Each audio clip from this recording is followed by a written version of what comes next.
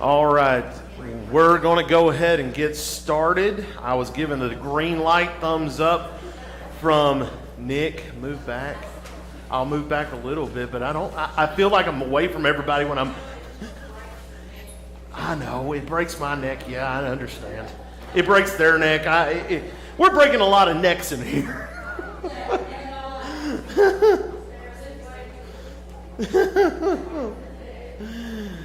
Oh, this is going to bother me. Anyway, glad that you're here tonight, and we're going to go ahead and get started here in just a moment. I want to mention, and I am not going to go into details for the sake of privacy of the people involved, but please keep Freed-Hardeman University in your prayers. Over the last couple of weeks, there have been reports of former graduates who were in ministry who have now done unspeakable things to children, and it has rocked the campus. It has rocked a lot of us graduates. A former classmate of mine on Thursday was arrested and charged with some crimes against children in his youth group, and since then I found out today there have been 5 more girls that have begun the interview process with the sheriff's department. He is the son, the youth minister is the son of one of the staff members on the Bible department at Freed-Hardeman. He was the youth minister at East Main Church of Christ in Tupelo, Mississippi. So keep the East Main Church of Christ in your prayers. And also keep the Atwood Church of Christ in Atwood, Tennessee in your prayers. They have fired their minister over some of the same allegations. Me and my preaching friends and my classmates, we've talked over the last few days, and we cannot imagine what the church families are going through, what the victims' families are going through, what the offenders' families are going through right now. If ministry wasn't already hard enough, now this has made it even tougher. It is. So keep all of the ones that have been affected in your prayers, because there has been a lot of publicity surrounding the one in Mississippi, and there has been a lot of publicity on Facebook on the situation happening out of Atwood, Tennessee. So please keep those situations in your prayers as we go forward. Also, keep Macy and Chloe in your prayers. They have strep. They came back from CYC and they tested positive for strep. So, Chloe is here tonight? Oh.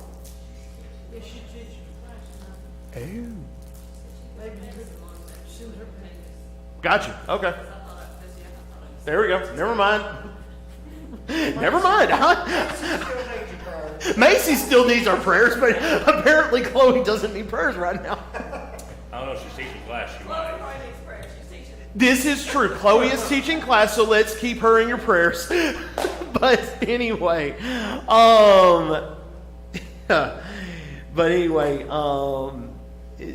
we've got several on our prayer list. You'll hear the list at the end of our time together tonight. But keep the ones that I mentioned at the beginning in your prayers.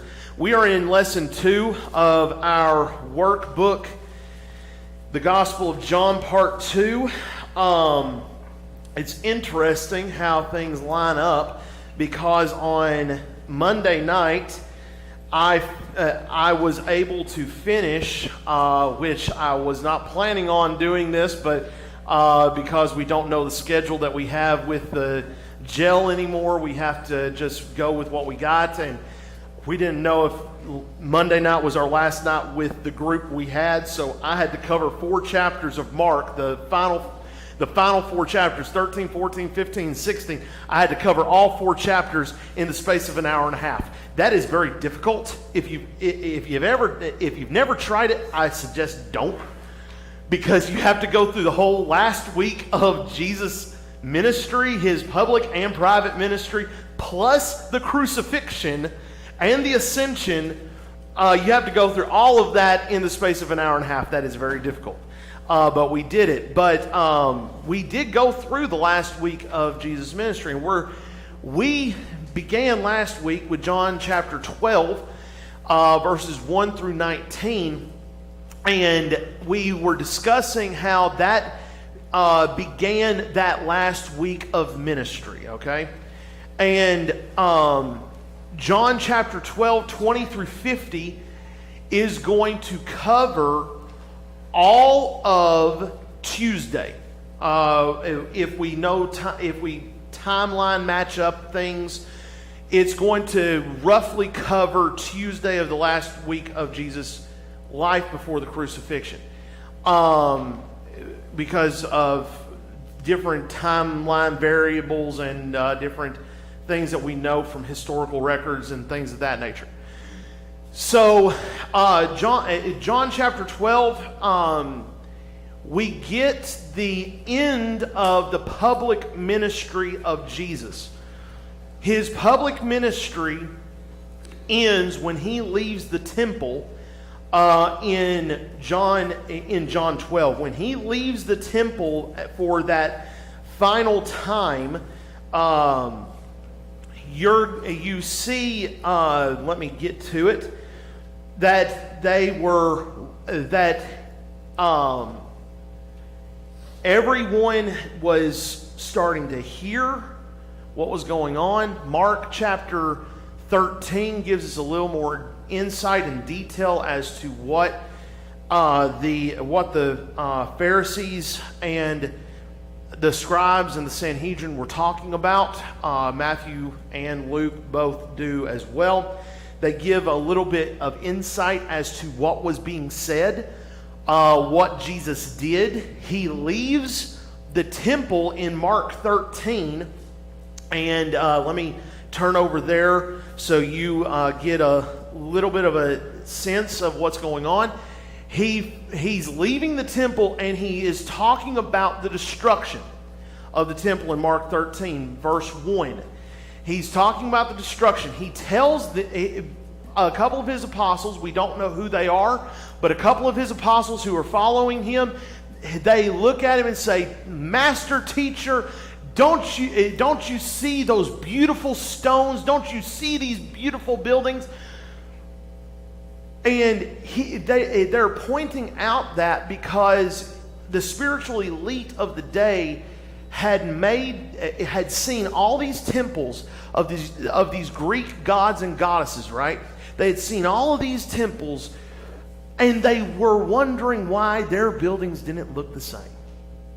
Why weren't the outside of all their buildings to their God, why weren't they as elaborate and ornate as the ones that were to the Greek gods and goddesses and the Roman gods and goddesses?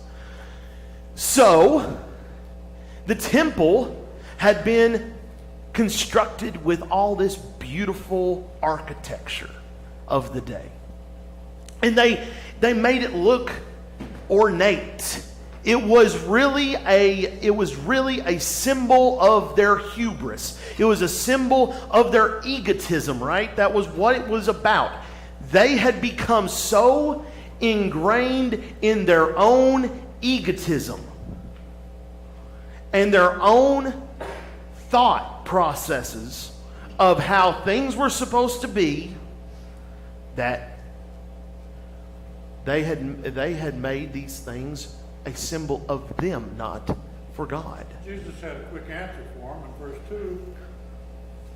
In verse 2 of Mark Yeah. 13? Mark Okay. 13:2. He said, do you see these great buildings? Uh-huh. Not one stone shall be left upon another which will not be torn down. Right. They're beautiful things, but they ain't going to last. Uh-huh. Put your faith in me, that lasts. Right. It's interesting to me that that Jesus, his answers were always, he always had a quick answer. Here he had a quick answer, Mark 13. Now, the reason why I bring Mark 13 up is because the triumphal entry of that ends in John 12:19. That was let me line things up for you. Make sure. You go to Mark 12 and 13, and you get what's going on. Mark 12 tells us that he had come into the temple late in the evening. It says that when he came in, he looked around, he leaves. He comes back the next day, and what does he do? He runs the money changers. He runs all these people out of the temple. He says, "You have made the house of my father a den of thieves," is what he amounts to saying there. You've made my father's house a den of thieves. And they had. He goes back. He leaves. That is all of one day. Then he leaves. He goes back. He goes back Tuesday morning. And when he goes back Tuesday morning, he starts teaching. And when he starts teaching, this is again coming from Mark 13. He gives some public discourse of what he wanted them to know, and the disciples ask, and then there are some Pharisees and some people who come up to him, and they are talking to him during this time. And all throughout all of that, he is talking. And you have to know what's going on, and I'm getting to our text in John 12:20, because we have to give the lead-in as to why it's important to know that there are Greeks standing there, and they're going to go and seek out Jesus. The reason they come and seek out Jesus is because you have to understand something about Jerusalem in roughly 31 AD. It had become a hub. Jerusalem had become a centralized hub of the Israeli province of the Roman Empire. Jerusalem had become essentially the Athens of that part of the world. It had become a centralized hub of commerce. So you're going to have different people. Now, you know that the Jews had gone and proselytized, and they had converted Greeks and Gentiles over to Judaism. That's what Jesus discusses in Matthew 23 with the 7 woes. And he goes and he tells them, "You have gone and made proselytes of people across the world, and you have made them twice as bound for hell as yourselves." Think about if a preacher got up in the pulpit and said that on a Sunday morning. Told a church, "You have gone and made disciples of Jesus Christ, and you've made them twice as bound for hell as yourselves." You think he would last very long in today's day and age? He'd hit the door. Jesus says that, and Matthew 23 happens roughly around the same time period of that final week of Jesus' ministry. He's saying all these things. The Pharisees absolutely hate the fact that he's saying this stuff. Now, the reason why, now to get to our text in John 12:20, the reason why it is so interesting about these Greeks is what? What do you think is interesting about these Greeks that come and seek Jesus out in John 12:20 through 26? Well, looking at verse 19, the Pharisees at this point are saying to one another, you see that you're not doing any good. Mm-hmm. Look, the world has gone after them. Mm-hmm. They've lost it. And they have got to do something to stop Jesus. Right. So they begin this plan to crucify him. You're exactly right. And here's the thing is these Greeks, from what we can understand, these Greeks had not been proselytized. They want to know more about Jesus. Right. And, hey, we like what we're hearing. And Jesus. that is the difference. And they said, the Pharisees says, look, the world's gone after him.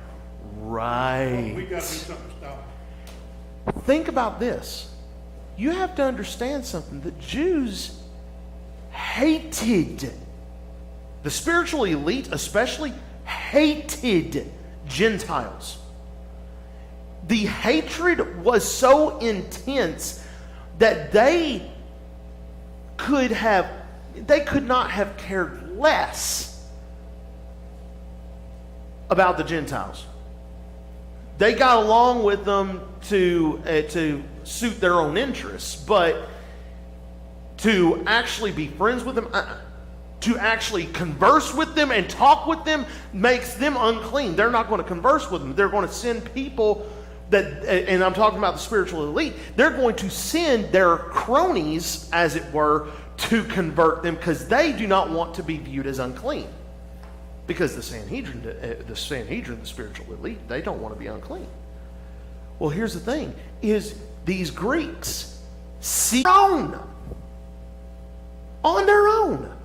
They seek him out. And it is interesting that Jesus really does not he kind of just not blows them off, but he begins talking about something else. I ain't got enough time now to take care of this problem. He says the hour is coming for the Son of Man to be glorified.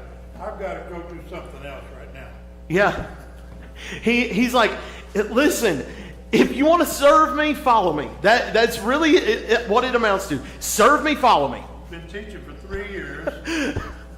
I'm out of teaching time. He gives that statement of serve me, follow me. And then he says, if you serve me, you're going to honor me. Or you're going to honor the Father. The Father will honor him who serves Jesus.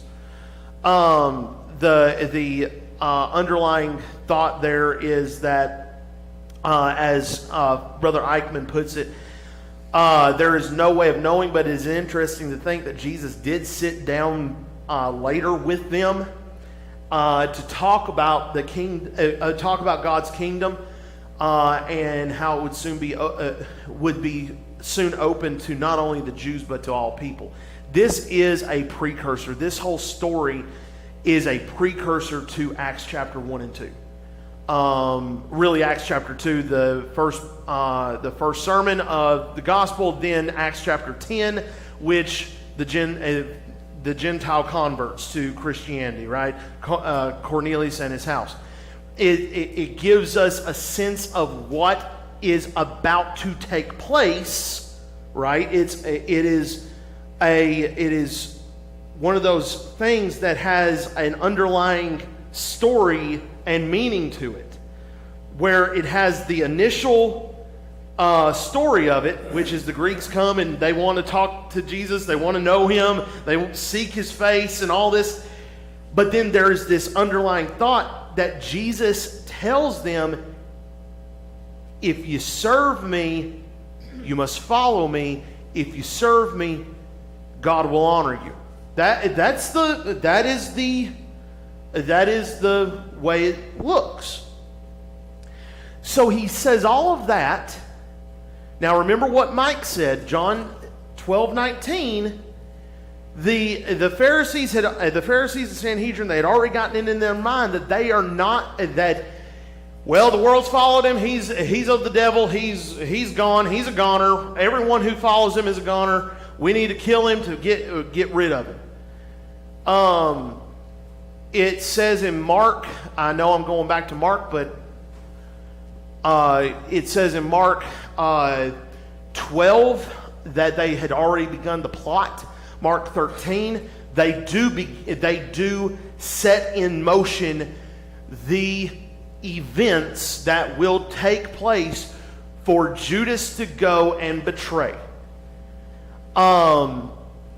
So all of this takes place, and then John 12:27, he essentially is ending his public ministry, because he's going to make these final statements in public that Tuesday evening, where he essentially goes through and explains what's about to happen.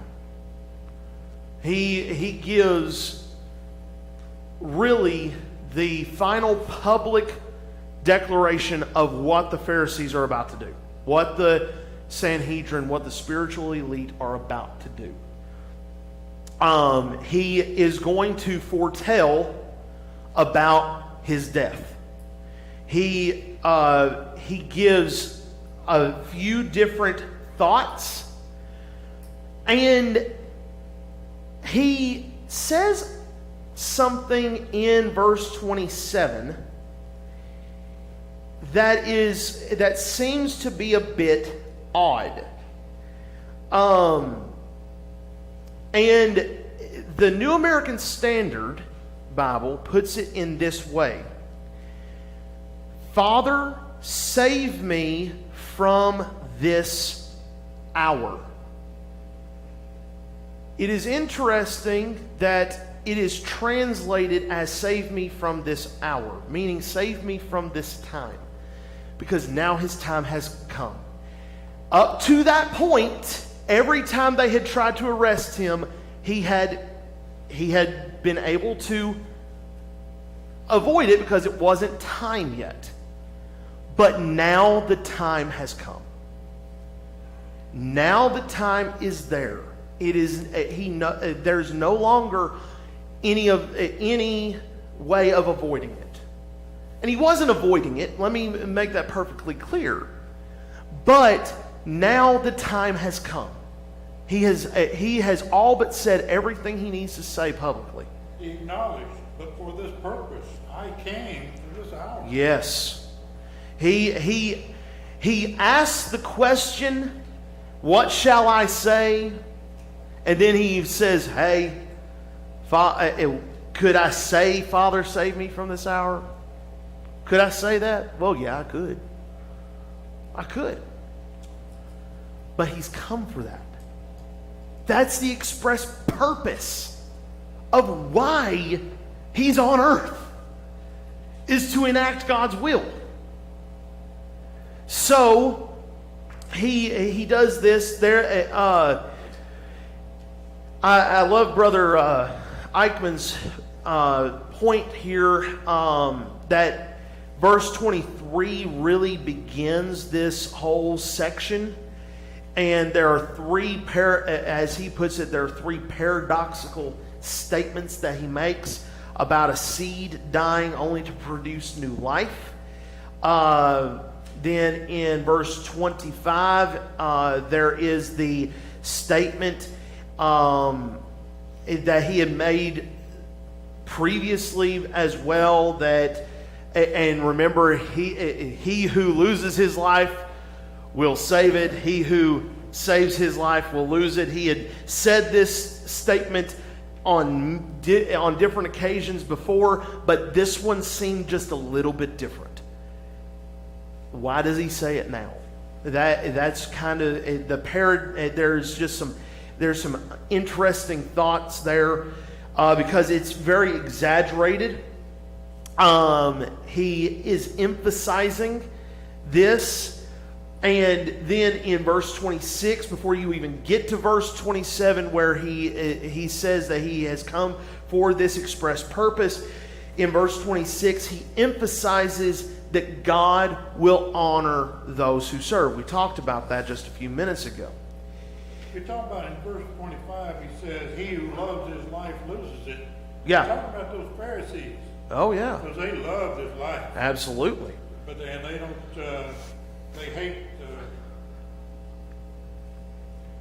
the eternal life. You're exactly right. And here's... yes, they absolutely despise it. We see that they despise it even more when Jesus dies. He rises, he ascends. Then his apostles start preaching and fulfill the exact thing he said that they were going to do. And the hatred and the vitriol and the incensed nature of their life becomes even more ramped up. For these Pharisees, they've been lost for a long time. But look at verse 40. Yes. This is the prophecy of Isaiah. Yes. He has blinded their eyes. Mm-hmm. He has hardened their heart. Lest they see with their eyes and perceive with their heart and be converted, and I'll have to heal them. Yeah. No, Pharisees.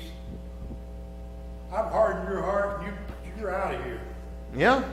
So, and that was the purpose of carrying out the fulfillment of Jesus' mission on earth, to be crucified for mankind. Absolutely. And that's the thing is when he said, you have to understand something, that although Jesus is fully God, he is also fully human.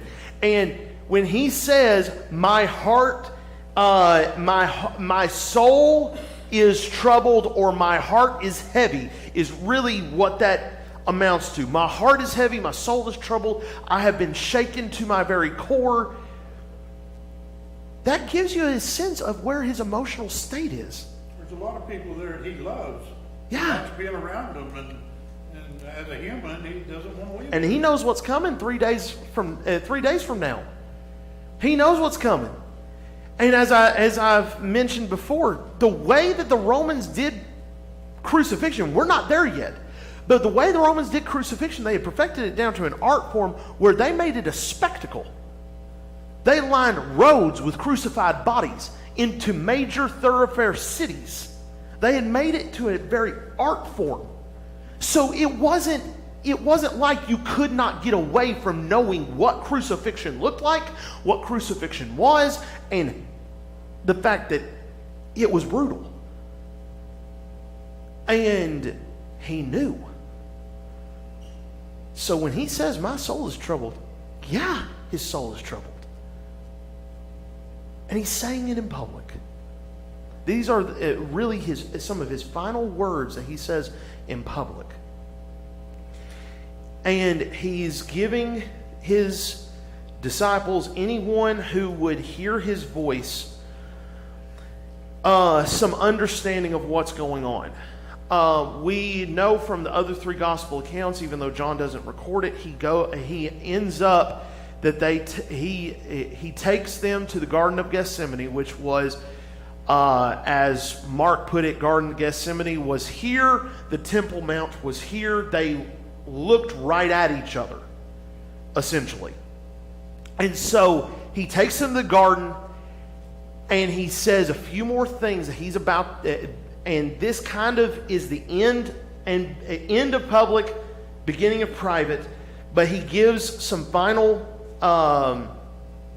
concluding thoughts that he will state before he takes them to the garden to start the private ministry. He gives some final concluding thoughts that the people are going to hear, that the Pharisees will hear. Some of those concluding thoughts include that when he's lifted up from the earth, but I will draw all men to myself when I am lifted up from the earth. Now, they, again, were not understanding what was about to happen. They did not want to understand. It was through the death that he was going to face that this was going to take place, that all men would be drawn to Jesus. That was how this was going to happen, right? And he was dying not for just the Jews. He was dying for all people. He was dying for everybody. That's what caused the problems with the Jews, is because they were like, well, the Messiah is supposed to come and establish this earthly kingdom on earth that's supposed to be greater than the Davidic kingdom, greater than everything that David had that established. We're going to rule and we're going to destroy the Roman Empire. We're going to destroy our oppressors once and for all, and we are going to be the dominant. We're going to be the dominant nation. We're going to be finally God's chosen people He had set us out to be. That was what they believed. That wasn't what God was saying through His prophets. But that's what they wanted to hear. God was telling them what they needed to hear. Yes, Mike. I'm saying this just because I like what verse 24 says. Okay. John 12:24. Yes, yes. And it sums up, I think, what Jesus came to do. Yes. Truly, truly, I say to you, unless a grain of wheat falls into the ground and dies, me, myself. Yeah. Unless Okay. I fall into the ground and die, it remains by itself alone. But if it dies, it bears much fruit. Right. Farmers understand. They plant a grain of corn, and that little seed dies. Yep. But it sprouts up and produces what it produces. Here's So this, I really like that verse. Here's a good way of understanding verse 24, 25, 26, going into 27, and then all the way up until verse 36, which is really the final statement he makes publicly. Okay? Is that when he makes all of these statements, he is saying, I am going to have to die for all of this to happen. For everything to take place, I have to, he is talking of himself. I have to die. He has said this a couple of different times before, but now he has to say it emphatically one more time, publicly. I have to die. The people did not, the spiritual elite did not want to hear this, because they thought, well, he's just going to become a martyr. People are going to follow him, blah, blah, blah. One thing leads to another. They lose their power, whatever. He's a grain of wheat. Right. But he is saying, listen, the new plant has to sprout.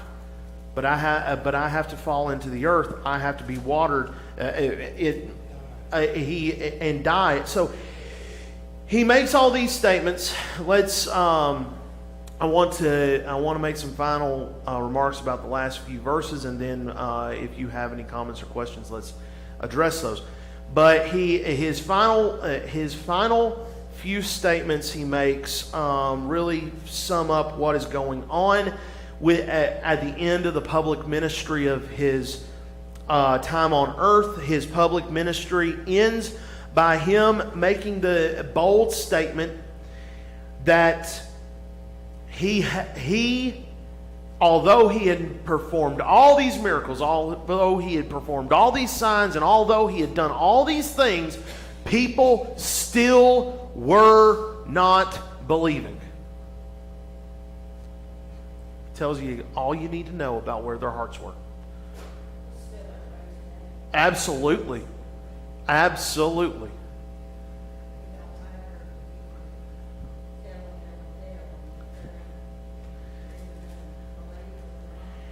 I heard it said this way, Cindy, and I think it goes right along with what you're saying. I heard somebody say, I wish God would just send me a sign or give me a letter. He sent you 66. He sent you 66. If you can't believe God, if you can't follow Jesus and be baptized into His body, then I don't know what to tell you. It doesn't matter what amount of signs and all that you want, because you've been given the Word. You've been given the greatest story ever told. You're part of that story. All you have to do is just believe. Put Christ on in baptism and follow Him. But it's like an old saying, you can lead a horse to water, but you can't make him drink. Absolutely. I don't care what you tell them. Yep. What you do, you can bend over backwards. And if they are not ready to do it, they're going to fall. You're exactly That's the right. reason for over 2,000 years, God hadn't talked to us. He's already said it. Here it is, it's finished, it's final. It is finished, and it's perfect, and it doesn't need to be messed with. Just read it as it is, follow the instructions, and you'll do great. And that's so simple, but... It's so simple a caveman can do it, right? There's men that say, oh, this has got to be much more involved than this.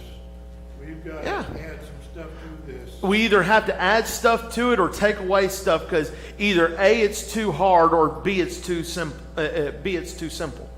And, exactly. And we know from what James says that even the demons believe and tremble.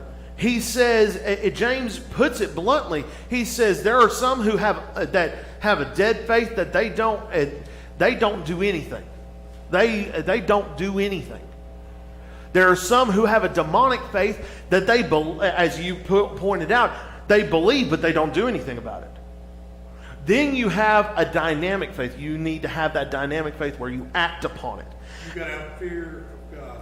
Right. And here's the thing, is he says all these things. He, as you pointed out earlier, Mike, verse 40, he does, there is that prophecy that is, that he refers back.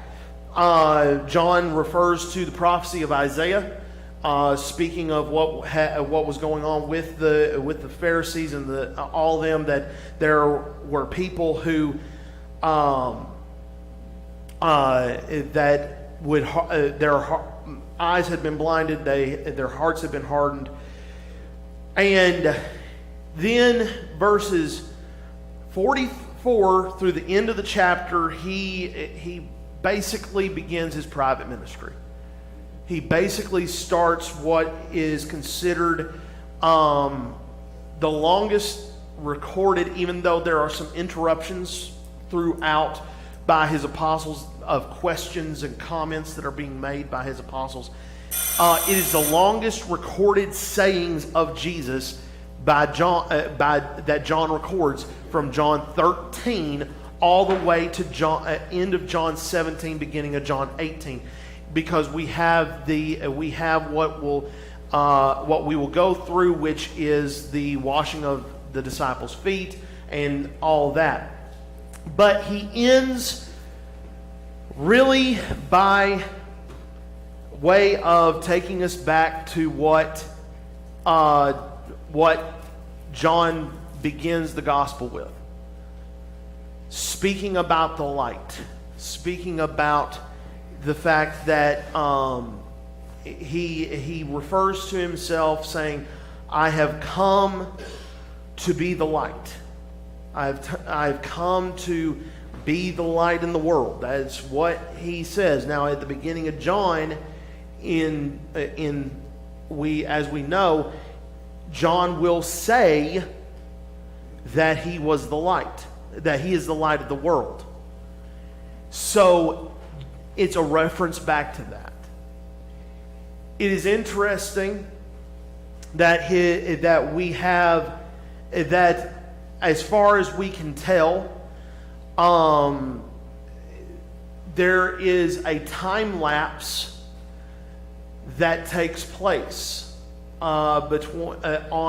all four Gospels, between the recordings of what happens on that Tuesday evening to Thursday morning, when the preparations begin for the institution of the Lord's Supper that would take place Thursday evening, and what takes place in the Garden of Gethsemane with the betrayal at the end of Thursday evening. That we don't really hear anything from Jesus during Wednesday. The belief is that most likely he and his apostles rested. We don't know. That's speculation. But we will say that it would make sense because of what's about to take place. And John 13, as we are going to see next week, begins a section of Scripture that we often go to see what Jesus gives as final marching orders to his disciples, but what he gives as marching orders to us as well. You have any comments? We have three and a half minutes. You have any comments, questions, snide remarks that you'd like to offer before we conclude? You're exactly right. There's not enough.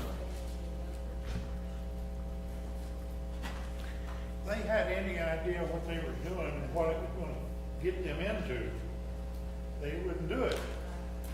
But they don't believe that anything's going to happen to them. Oh. Most of those kids are growing up in church. Yeah. But the minute they turn 18, that all was up to them. Well, the foundation is there. The word is there. Now they're going to go out there. I will say this, Do their thing for a while. speaking of just what I have seen from outside looking in, and even on the inside as a minister. In my personal opinion, some of the most neglected people in the church are within the age range of 18 to 25 years old. Some of the most neglected people in the church. Now, I say that not candidly, I'm not saying it coyly, and I'm not saying it to condemn anyone. But and I say our in the sense of a generalized we. Our typical response within the church has been, we get them wet, we study with them throughout their high school years, and then we put them on their way, and we don't when they leave home for the first time, that's when the rubber meets the road. That's when we need to be really talking, really focusing on teaching. Now, I'm not saying that it's anyone's fault, because I can't say why that's the reason, why I have seen that. I'm not saying that that is the majority reason, but it is interesting to see that most of the time when people leave the church, it is between the years of 18 to 25 years old. And normally, the time when they come back is in their mid-40s. But that is normally what you see. I'm not saying that that is every case, but I'm saying that there is a sense that we. Yes, ma'am. I think it's because up until that time, part of their Christianity is because of pleasing the parents to a certain extent, and then when they get out on their own, I recall when I got out, I was in school, and then it seemed like worship didn't mean what it used to. Yeah. And I just prayed and made sure that, Lord, I'm going to keep going to church, because I don't want to turn my back on you, but I need some help. make this person. Because all of a sudden you realize that, hey, my religion's gotta be perfect. It can't be because that's what my family's doing. I'm Well, and there's a little influence too from other kids. right. They date, they I- don't go to church, and so that, well, let's go do this on the weekend. You got plenty of other. That's the reason why I'm hesitant to say that when you're at home, you're quote forced. Now there are some instances where that is true. But at the same time, when you turn 18, when you step out of your parents' house, when you're on your own and you're doing your own thing, you make your own decisions. You're making your own decisions. It's not up to mama and daddy anymore.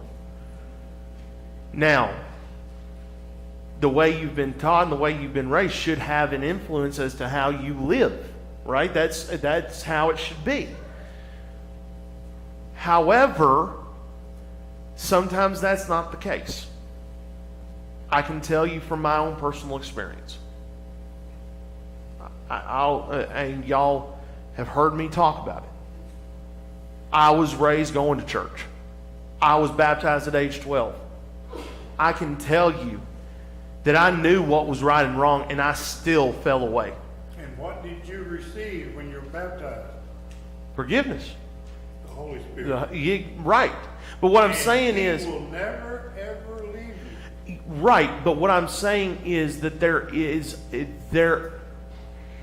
is a causality between when you are given the option yourself by yourself and you are making your own decisions. But that baptized 15-year-old, when he grows up, leaves his family, and goes out in the world, I speak for myself, and falls away.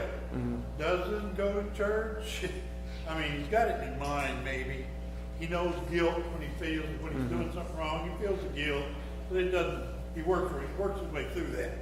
Okay, but he's still saved. The Lord. He's just falling away. He's Yeah. fallen away. Yeah.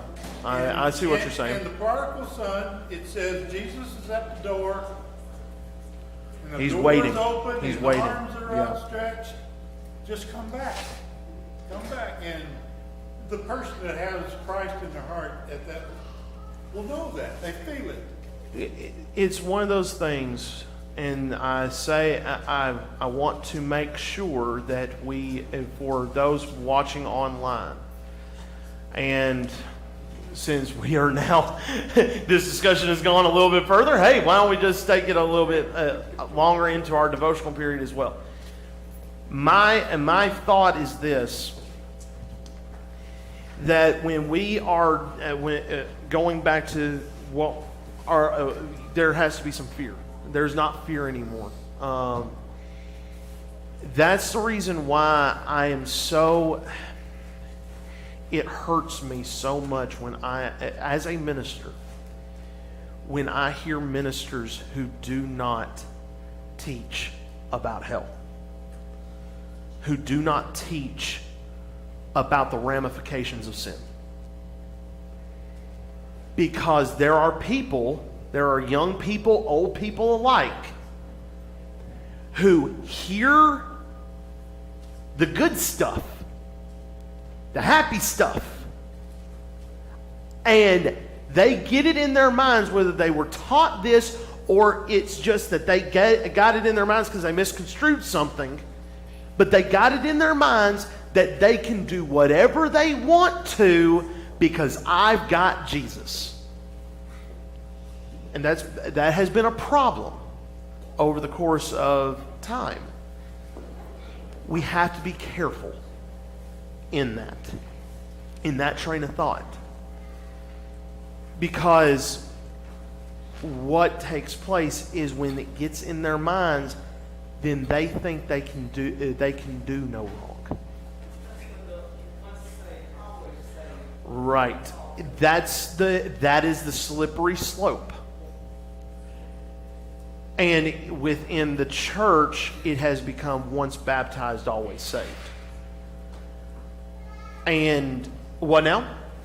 No, right. So here's the point I want to make. And for those who have come in late, we were having a discussion on John 12, 20 through 50. You can go and read that for yourself. But we were talking about Jesus' final days in public ministry. And the people that he had that had the most problems with him, it's said that they did not fear him, or it really, in actuality, they did not believe him. They saw all these mighty works, all these wonders and signs, and they still did not believe him. He had said what was going to take place. He had told them that he was going to die and rise again, and yet they still did not want to believe. And sadly, that's the case with so many today, is they do not believe that Jesus, that God means what he says. Ricky has said it plenty of times in Sunday morning Bible class, and I think it goes without saying, but he said that that people they believe in God, but they don't believe God. They want to believe in him, but they don't want to believe him. How can a God of all love also put people in a devil's hell? That's what they say, Donald. How can a God of all love hate me? Well, he doesn't hate you. He hates your sin. He hates what you're doing. He hates the very fact that you are turning your back on him. When you have put Christ on in baptism, that is the moment you are added to his church. And that moment is so wonderful and grand. But folks, here's the overarching thought and issue. Here's the overarching thought.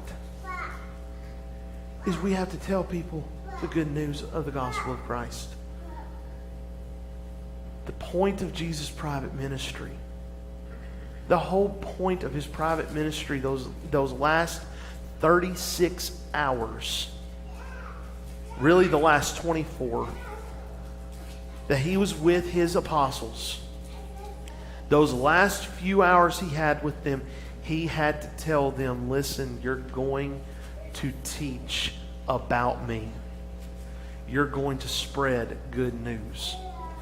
He even says in I believe it's chapter 13 or chapter 14 of Mark, he tells them you're going to go before governors and kings and you're going to proclaim the good news. You're going to be beaten and you're going to be scourged and you're going to be ridiculed. But before any of that, you have to spread the gospel to all the nations. If you had told me, Donald, that I, when I was in preaching school, that I was going to preach in front of hundreds, thousands of people, just in almost 8 years of ministry that I have been in, I would have told you, you're crazy. But I've done it, and it's amazing to see the transformation in so many people's lives. The transformation in my life. That's the beautiful thing about Jesus. The beautiful thing about a relationship with him is that when we have that relationship, it goes without saying that our lives are better. Our lives are so much better. And that's the reason why it's so important for us to know who Jesus is and what he did. And what he did was he gave himself for the sins of the world. What he did was he died for you, Barry. He died for me. I didn't deserve it, and you didn't deserve it, and we none deserve it. but he did it because he loved us. So tonight, as you think on your life, as you think about what you are doing, I just ask that you simply think, how is my relationship with Jesus right now? How is my relationship with him? Is it one where I know that I can go to him and ask, and he will hear? Or is it one where I know my relationship is not good? I've done something to mess that relationship up, and I need to make it right. I need to pray for forgiveness, and we will pray for you. We will pray with you. Whatever it is that you need prayed for, we will pray for it tonight. If you need to put Christ on in baptism, have a relationship for the first time in your life with Jesus, and put Christ on in baptism for the remission of your sins, we can do that as well. By repenting and confessing that Jesus Christ is the Son of God, we will baptize you for the remission of your sins, calling on the name of the Lord, and you will be added at the very moment you come up. You will be added to the church by the Lord, because that is what it says in Acts chapter 2 and verse 47, is that he added to the church daily those who were being saved. So if you need to respond in any way this evening, why don't you come as we stand and sing the song?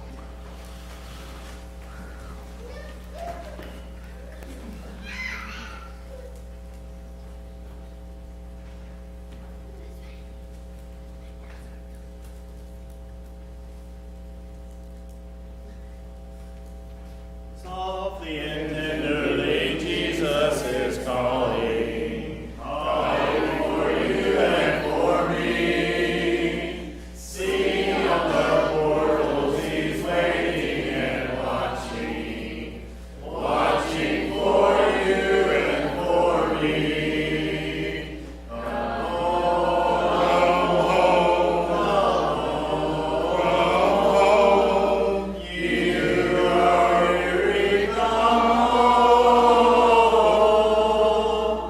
Earnestly, tenderly, Jesus is calling, calling, oh sinner, come home. Why should we tarry when Jesus is pleading, pleading for you and for me? Why should we linger and need not his mercies, mercies for you and for me? Come home, come home, come home. You are weary, come home.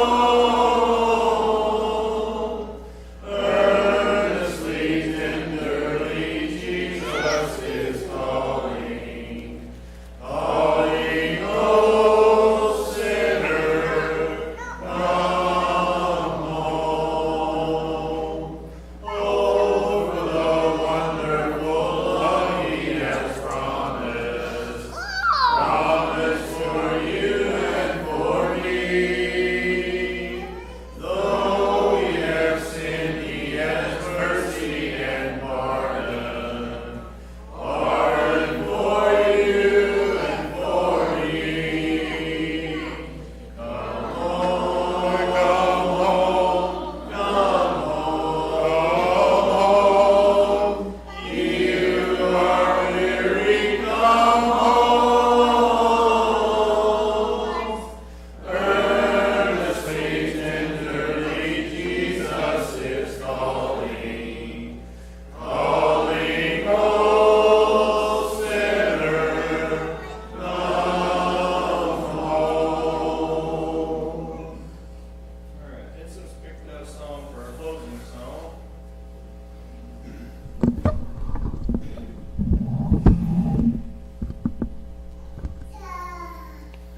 Everybody, what it is?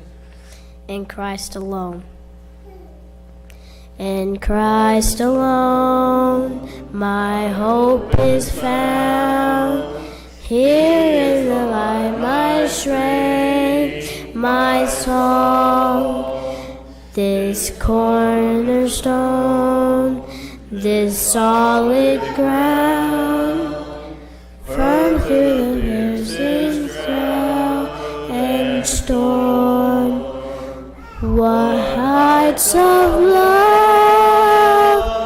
what depths of peace, when fears are stilled, when silence keeps, my comforter, my all in all, here in the love of Christ I stand. Good job.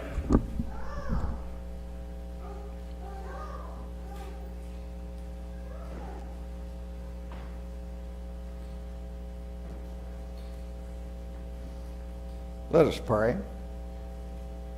Our Heavenly Father, we come to you again just thanking you for this day and thanking you for this opportunity we've had to assemble here together, study another portion of your word. We just pray everything said and done will be something that was well-pleasing unto thee. Thank you so much, Heavenly Father, for all the many blessings of life that you give to us each day. Heavenly Father, we know there are those of our number who are sick in different ways on the sick list, some who have lost family members. We just pray that you will be with each family you're represented there. Comfort and strengthen them as only you can. Pray that you'll be with us now as we depart. Bring us back to the next appointed time.